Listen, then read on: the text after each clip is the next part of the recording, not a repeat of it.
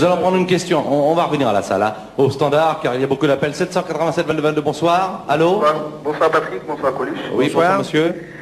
Oui, Coluche, je vous admire beaucoup, ainsi que plein de vos collègues dans le métier, par exemple Patrick Sébastien, Thierry Leluron, enfin toute cette gamme de comédiens comiques.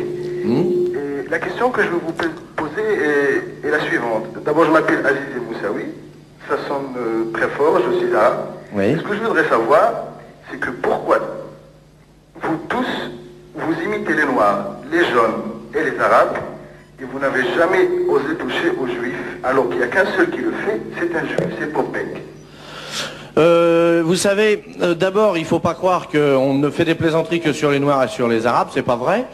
Il faut dire aussi qu'on a beaucoup esquinté les Belges, si vous vous rappelez un petit peu avec de la mémoire. Évidemment, on a moins fait de plaisanteries sur les Suédois parce qu'il n'y a pas beaucoup de marrants. Mais la raison pour laquelle ce sont que les Juifs qui font des plaisanteries sur eux, c'est parce que d'abord, c'est vrai qu'ils sont intouchables.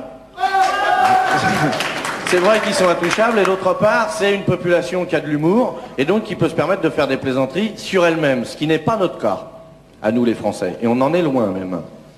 Non, justement, c'est parce que je trouve le contexte très riche, parce qu'il y a des Juifs séfarades et ashkénazes, il y a tellement de... Ah oui, mais ça c'est très très riche, alors là je suis d'accord avec vous. Les Juifs sont très très riches en tout d'ailleurs, en humour, en tout, ça c'est vrai, oui. Vous savez qu'il y a 4 preuves que Jésus-Christ était juif. Il y a 4 preuves.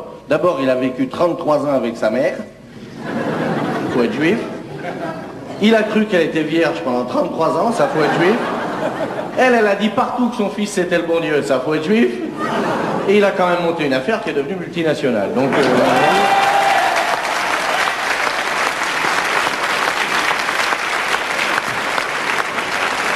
Et mon impresario, qui ne manque pas d'être juif, m'en a raconté une. Je peux raconter une histoire? Oui, bien sûr, bah, je vous en prie.